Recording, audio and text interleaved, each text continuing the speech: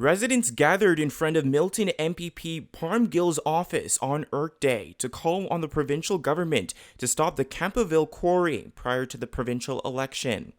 Protesters say both Gill and Premier Doug Ford have not fulfilled their promise of stopping the quarry. Back in July of 2020, Premier Ford said he would listen to community concerns and would stop the quarry. But again, folks, remember, you're the boss. You say jump, I say how high. That's how it works in my world. Same as the private sector business that we came from. It's always customer service excellence. You aren't going to put something in that the whole community is dead against. It's very simple. I know the mayor, you don't want it. No one wants it. I don't want it. We're going to make sure it doesn't happen one way or another. Gill echoed those same sentiments and said he has been connecting with various ministers at Queen's Park to stop the quarry.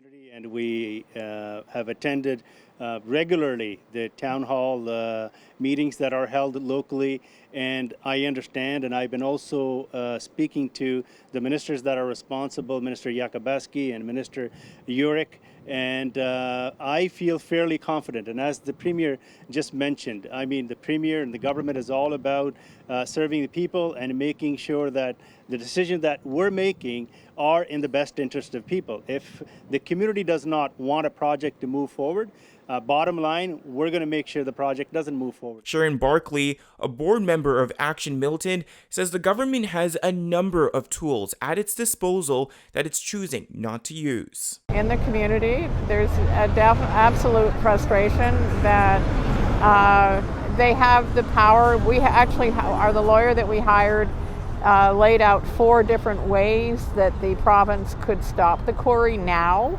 And the thing with the environmental assessment is that it's really a proponent-driven process. It could take years and years and years. And the community has, we've all been through enough with everything that's happened in the last 2 years in particular. And they have the ability to do it. They said they were going to do it, so we expect them to do it.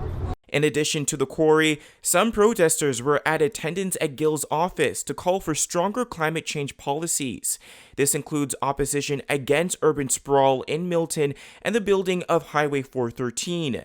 Kim Bradshaw, government engagement team lead with Sustainable Milton, wants voters to consider climate change when voting this year. We want all of the constituents, not just of Halton and Milton, but of all of Ontario ridings, to ask their candidates what their plan is to combat the climate emergency and to make it a plank in their platform. Make them sign a promise and hold them to it.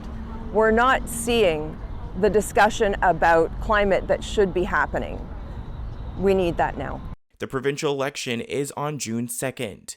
For Halton News in Milton, I'm Djan.